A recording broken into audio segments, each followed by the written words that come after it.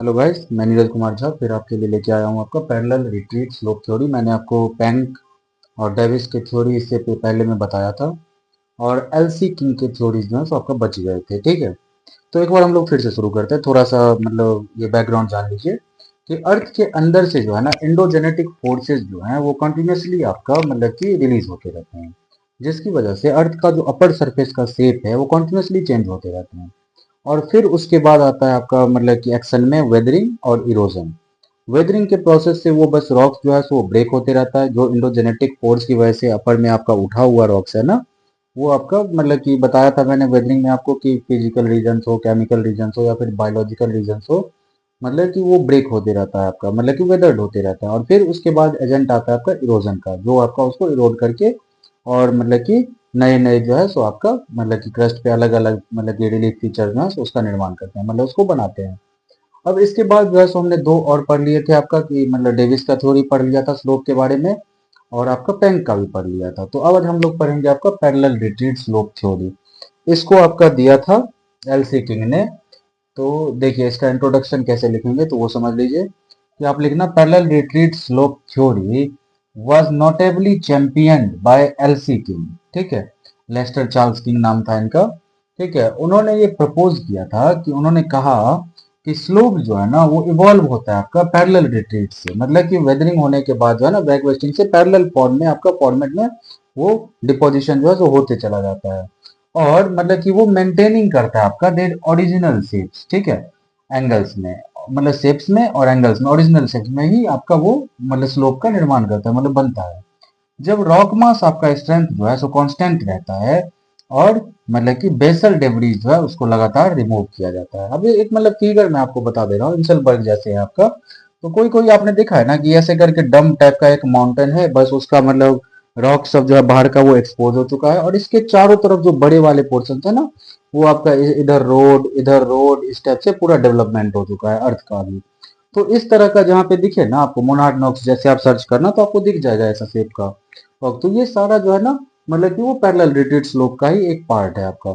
इनका जो थ्योरी था वो ज्यादातर जो है ना सेमी एरिड और एरिड रीजन के लिए था आपका। ठीक है, साउदर्न अफ्रीका पे इन्होंने ज्यादा रिसर्च किया था। इन्होंने रिसर्च करने टाइम जो है सो पैंक और डेविस का जो मॉडल था ना उसकी भी हेल्प ली थी। ठीक है, इनके थ्योरीज में आप सबसे तीन मेन मतलब चीजों को आप देखोगे ध्यान से। ठीक है, इनके कंपोनेंट्स आप इसके आगे जो है हम डाल सकते हैं components of parallel retreat slope theory. Introduction इतना बड़ा काफी है आपका। तो इनके जो कंपोनेंट्स हैं उसमें आपका देखिए एलिमेंट्स आएगा, मतलब तीन स्टेजेस में आप समझो कि इसको हम लोग लेके चलते हैं, तीन पार्ट में बांट दिया है हमने। तो एक में चलते हैं एलिमेंट्स, दूसरा है आपका डेवलपमेंट ऑफ हिल स्लोप्स। ठीक है, और तीसरा है आपका इपिजन साइकिल ऑफ इरोजन। ठीक है, तो ये आपका तीन जो है सो इसके पार्ट्स हैं। अब इसमें एलिमेंट्स के बारे में जब हम जाते हैं तो देखिए फोर की मतलब स्लोप एलिमेंट्स है ना। तो इसमें देखिए पहला क्या है आपका वैक्सिंग स्लोप। वैक्सिंग स्लोप को आप ऐसे लिखना लिखना कि मतलब कि waxing slope forms by the action of weathering and erosion. ठीक है, वैक्सिंग शेप को आप ऐसे समझो कि जैसे कन्वेक्स शेप है आपका। कन्वेक्स मतलब जैसे यहाँ पे आप समझो, यहाँ पे थोड़ा सा देख लीजिए आप कि यहाँ पे क्या होगा कि यहाँ पे जो है सो ऐसे उठा हुआ शुरू में। ठीक है, फिर इसके बाद जो है सो फ्री फॉल टाइप का आपका, फ्री मतलब ऐसे भी नहीं, ऐसे नीचे कर दीजिए, फ्री फॉल। ठीक है, फ्री फॉल। फिर आपका हल्का सा स्लोप बनाइए तो उसको डेब्रीज बनाएंगे, और फिर आपका वैनिंग पे। तो देखिए ये है आपका वैक्सिंग, पहला एलिमेंट जो है सो यहाँ पे होता है, ये वेदरिंग और इरोजन की वजह से होता है। ठीक है, इसके बाद डिपोजिशन जो है सो आपका एंगल जो है सो आपका मतलब कि परपेंडिकुलर टाइप का दिखता है, तो फ्री फॉल ऑफ सेडिमेंट्स होता है आपका। ठीक है, तो इस तरह का स्लोप बनेगा। फिर डेब्रीज में यहाँ से अगर इसको इरोजन पार्ट जो है सो आपका मैंने बताया एरिड और सेमी एरिड वाला है, तो ज्यादातर आपका विंड एक्शन ही होगा। तो ऐसे सिचुएशन में फिर क्या होगा, यहाँ पे आपका डिब्रीज जो है सो आपका मतलब टाइप का जमा होते चला जाएगा, और फिर आपका यहाँ पे क्या होगा आपका वैनिंग, थोड़ा सा उठा हुआ। ठीक है, जिसको ये फील करने के लिए फिर कोशिश करेगा। अब इसके बाद पैरेलल रिट्रीट क्यों कहते हैं वो समझिए। मान लीजिए कि ऐसा कोई प्लेन है, तो यहाँ पे मान लीजिए कि ऐसे आपका फॉर्म हो गया, फिर आपका मतलब कि यहाँ से ऐसे फॉर्म हो गया, फिर आपका ऐसे फॉर्म हो गया, फिर ऐसे फॉर्म हो गया। तो देखिए ये सारा पैरेलल हो रहा है कि नहीं हो रहा है, तो इसीलिए इसको क्या कहते हैं हम लोग, parallel retreat slope of theory कहते हैं। तो यही आपका ऐसे ही जो डिपोजिशन होता है ना इरोजन, उसको कहते हैं हम लोग स्लो मतलब पैरेलल रिट्रीट स्लोप थ्योरी। अब इसके बाद देखिए ये मतलब हमारा एलिमेंट्स था ये चारों। इस पे एक एक लाइन का मैंने जो बताया आपको वही वैक्सिंग शेप में लिखेगा कि due to action of weathering and erosion the convex shape deposition was formed. ठीक है, तो इसके लिए पहला लाइन में हो गया फ्री फेस में आपका क्या होगा, परपेंडिकुलर होने की वजह से ज्यादा से ज्यादा डिपॉजिट जो है तो क्या होगा आपका कि फ्री फॉल टाइप का होगा। ठीक है, डेब्रीज में हल्का सा स्लोप होता है आपका। ठीक है, और वैनिंग शेप आपका फिर कनकेव शेप में। ठीक है, तो ये आपका था एलिमेंट्स। अब इसके बाद आप देखो डेवलपमेंट ऑफ हिल स्लोप जो है उसका देखिए। डेवलपमेंट ऑफ हिल स्लोप में क्या होता है आपका कि मतलब ये एलसी किंग ने क्या किया था कि मतलब इन्होंने क्लाइमेटिक बेसिस ऑफ लैंडस्केप जो था डेवलपमेंट उसको पूरी तरह से मतलब हटा दिया था, रिजेक्ट कर दिया था। इसके बदले में उन्होंने सबको कांस्टेंट माना। उन्होंने बोला कि सारे लैंडफॉर्म क्या होते हैं, कॉन्स्टेंटली बनते हैं, सेम तरह से बनते हैं। ठीक है, ऐसा कहा। फिर उसके बाद ही featured semi arid climate as normal climatic zone. ठीक है, मैंने बताया आपको कि इनका जो ज्यादातर रिसर्च था वो साउदर्न अफ्रीका को लेके था। ठीक है, तो उस टाइम में उस जगह पे जो है सेमी एरिड क्लाइमेट ही है आपका। ठीक है, उसके बाद आपका इन्होंने जो है सो डिवीजन ऑफ टेक्टोनिक्स जो है सो आपका उसको एक्सेप्ट किया, जो मतलब कहाँ पे दिखा था आपका डेविस और पैंक के थ्योरी में दिखा था। उसके बाद parallel retreat of slope results in emergence and expansion of a pediment which have a common form. ठीक है, और उसके बाद सबसे लास्ट में आपका at an advanced stage of development these pediment on the sides of land mass join together. ठीक है, अब इसी में आपका ये जो आपका कोड की स्लोप एलिमेंट था इसमें दो चीजें और थी जो मैं आपको अभी बताने वाला हूँ अलग से डेफिनेशन दो का। एक था आपका पेडी प्लांटेशन और एक था पैरेलल रिट्रीट। पैरेलल रिट्रीट आपको समझा दिया हूँ, दिखा दे रहा हूँ। ठीक है, तो ये हमने अभी तक जो मतलब ये इसमें नहीं डालिएगा क्योंकि बड़े आंसर हो जाएंगे, 250 से ज्यादा बड़े हो जाएंगे। इसके लिए मैं आपको अलग से बता दे रहा हूँ।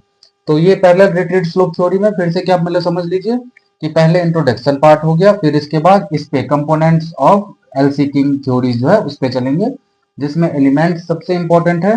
तो ये चार एलिमेंट्स थे जिसका एक एक लाइन का आंसर होगा। ठीक है, उसके बाद डेवलपमेंट ऑफ हिल स्लोप पे कम से कम 5 पॉइंट जो मैंने आपको दिए हैं। ठीक है, 5 पॉइंट कम से कम, मतलब ये अगर 20 वर्ड्स भी आपने लिखे तो 100 वर्ड्स के हो जाएंगे।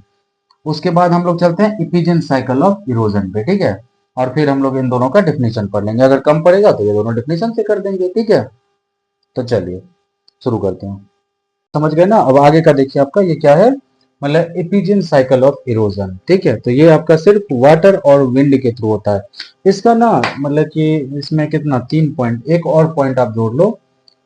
इसमें ऐसे समझ लीजिए, देखिए epigene means surface, epigene means surface, epigene means surface and epigen cycle of erosion means only water and wind, not glacier, not marine landforms. मतलब कि मरीन से भी आपका कोई भी एक्शन जो है तो वो आपका साइकिल ऑफ ये इपिजन साइकिल ऑफ इरोजन में नहीं आएगा। ठीक है, क्योंकि हम लोगों ने बताया था कि क्लाइमेट कौन सा लिया था, एरिड और सेमी एरिड, तो उसमें सिर्फ आपका वाटर और विंड आएगा। इपिजन का एग्जैक्ट मीनिंग होता है सरफेस, याद रखिएगा। तो आप एक लाइन यहाँ पे डाल सकते हो कि epigene means surface, so epigene cycle of erosion includes only water and wind. It does not include the marine erosion and glacial erosion, karst landforms, इन सबको आपका इंक्लूड ये नहीं करती है। ठीक है, याद रखिएगा। फिर उसके बाद King accepted the concept of stages. ठीक है, that is at continental scale. और फिर आपका there are massive erosional surfaces forming large staircase and rejected the concept of slope और साइकिल। ठीक है, इतना आपका इसमें डालिएगा तो 2 पॉइंट हो गए हमारे। फिर तीसरा में डालेगा कि the initiation of landscape depends upon the mode of development of hill sides, है ना। ये आपका तीसरा इसका था। चौथा में आप 2 different modes of development of hill slates डाल सकते हैं। एक आपका जो स्ट्रीम इंसिजन से बनता है आपका, और दूसरा बनता है आपका valley due to tectonic force से। ठीक है, मतलब कि मैंने अभी बताया था आपको कि मोनार्ड नॉक्स जो है सो आपका किस टाइप का होता है कि एक आपका को आपने देखा भी होगा मतलब कि ये सेमी एरिड रीजन सब में कि मतलब मान लीजिए कि ये एक आपका बड़ा सा मतलब माउंड टाइप का आपका ऐसे बना हुआ रहता है, और मतलब पहाड़ का ऐसा शेप बना हुआ है, और मतलब चारों तरफ बड़ा सा ग्राउंड टाइप का आपका पूरा फैला हुआ है, तो इस टाइप का। दूसरा आपका देखिए मतलब कि जेंटल लिफ्टिंग टुवर्ड्स द सी, आपका ये भी क्या होता है, इसका मोड्स है। इसको एक्सप्लेन करने की जरूरत नहीं है आपका। ठीक है, इसमें एक लाइन का अगर आपको कोई डेफिनेशन बनाना हो तो एक लाइन का आप कुछ डाल देना इसमें। ठीक है, अब इसके बाद जो है सो 2 टर्म जो थे जो मैंने आपको बताया था अभी कि एंड मतलब आप इससे भी कर सकते हो। और देखिए यूपीएससी है बड़ा खतरनाक होती है, वो क्या ना ये टर्म ही आपको 100 वर्ड्स में पूछ देगा। तो आप बोलोगे कि मुझे तो बस इसका डेफिनेशन याद है, अब मैं क्या करूं, तो इसमें आपको एलसी किंग का जो आपका पहला एलिमेंट्स वाला पार्ट था ना, उसको बनाने के बाद आपको ये डाल देना है, ठीक है। तो आपका हो जाएगा ये पैरेलल रिट्रीट स्लोप जो है। सो एलसी किंग का जो थ्योरी का जो एलिमेंट्स वाला पार्ट था, चार थे ना उसके, वैक्सिंग थे, ठीक है, उसके बाद वैनिंग था सबसे लास्ट वाला, उसके बाद आपका फ्री फॉल था, डेब्री स्लोप था, ये चारों जो थे ना उसको एक्सप्लेन करिएगा एक एक लाइन का, और साथ में फिर ये डाल दीजिएगा। देखिए क्या बोलेगा कि each of the upper parts of the slope retreats by the same amount and maintain the same angle. Therefore, convexity, preface and debris slope all retain the same length, है ना, and looks like parallel. हाँ, this is known as parallel retreat, याद रहेगा। उसके बाद पेडिप्लानेशन, देखिए आपका पेडिप्लानेशन क्या होता है, डालेगा कि ही इनविसेज द पैरेलल रिट्रीट, ये पैरेलल है, ठीक है, ये पैरेलल है आपका parallel retreat of single free face slope unit leaving a broad concave pediments sloping at an angle of 6 to 7 degree or less at its base. Gradually over time, pediments coalesces to form pediplanes and this mode of landscape developments. Therefore, यहाँ पे therefore it is called ये पेडी plantation, ठीक है, पेडी प्लानेशन, पेडी प्लानेशन, ठीक है। तो ये था हमारा, अभी कंप्लीट हो गया, क्या कंप्लीट हो गया, तो हमारा एलसी किंग का थ्योरी स्लोप डिस्प्ले स्लोप जो था वो हमारा खत्म हो गया, पैरेलल रिट्रीट ऑफ स्लोप भी खत्म हो गया, स्लोप रिप्लेसमेंट भी खत्म हो गया, और स्लोप डेवलपमेंट भी खत्म हो गया। तो हमारा ये थ्योरी खत्म हो गया, ठीक है। अब इसके बाद हम लोग का जो बचा हुआ मतलब टॉपिक है, अब थोड़ा थोड़ा, अब एक आपका रिवर वाला पढ़ लीजिए, क्योंकि मेंडर एक बार पूछ दिया था, तो रिवर वाला पूरा पढ़ेंगे डिटेल में। उसके बाद आपका मतलब नेचुरल कैलामिटीज में आपका वोल्केनो, सुनामी, अर्थक्वेक पढ़ेंगे टोटल। उसके बाद जो है सो कास्ट लैंडफॉर्म्स हो गया, और उसके बाद ग्लेशियर लैंडफॉर्म्स हो गया, और फिर प्रीवियस ईयर के कुछ क्वेश्चंस भी देखेंगे, ठीक है। तो हमारा ये क्या होगा, जियोमॉर्फोलॉजी मतलब आने वाले 5-6 दिनों में ये खत्म हो जाएगा, ठीक है। हाँ, आपका काम क्या है कि आप ना एक मतलब ऑक्सफोर्ड का मैप ले लेना, और इसमें हम लोग अभी जितना पढ़ेंगे कि अर्थक्वेक जोन कौन सा है, वॉल्केनो का जोन कौन सा है, ठीक है, इन सबको ना आप मैप में अभी से मार्क करते चले जाना, बार बार देखेंगे ना, मतलब कि तो हमें 99 या 100 नंबर पेज पे है आपका वर्ल्ड मैप, उसमें देखने पे लगातार आपको मतलब कि कंटिन्यूसली देखने पे आपको याद हो जाएगा कि कहाँ पे कौन सा एरिया मतलब लोकेटेड है आपका, ठीक है। तो अभी जो हमारा बच गया, जो मैंने आपको बताया, उसमें आपका रिवर सिस्टम, पूरा रिवर मतलब पढ़ेंगे तो पेपर 2 में भी और इसमें भी, लेकिन अभी पहले रिवर के मतलब जितने भी फॉर्म्स होते हैं आपका, ये खास करके मैंडरिंग हो गया, हाइड्रोलॉजिकल साइकिल है, ये सब बचा हुआ है आपका।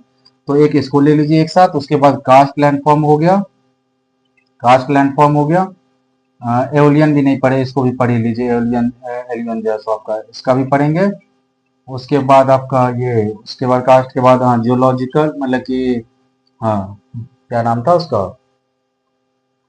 अरे वो आइस वाला जो है, सो अभी अब मतलब glacial, sorry glacial, glacial landform बच गया आपका। उसके बाद इधर बचा आपका नेचुरल में वोल्केनो, वोल्केनो, अर्थक्वेक डिटेल्ड आपका पूरा, और सुनामी, ये बच गया। इसके बाद आपका कुछ कुछ जो आपका ज्योमेट्री में हाइड्रोलॉजिकल साइकिल, ये सब का जो है, तो कितना वॉल्यूम ऑफ वाटर होता है, क्या होता है, ये सब आपका बचा हुआ है, तो जिसको हम लोग अभी आने वाले 3-4 दिनों में खत्म कर लेंगे, ठीक है। तो हमारा जियोमॉर्फोलॉजी खत्म हो जाएगा, और उसके बाद हम लोग चलेंगे ये क्लाइमेटोलॉजी में, ठीक है, क्लाइमेटोलॉजी में हम लोग चलेंगे इसके बाद।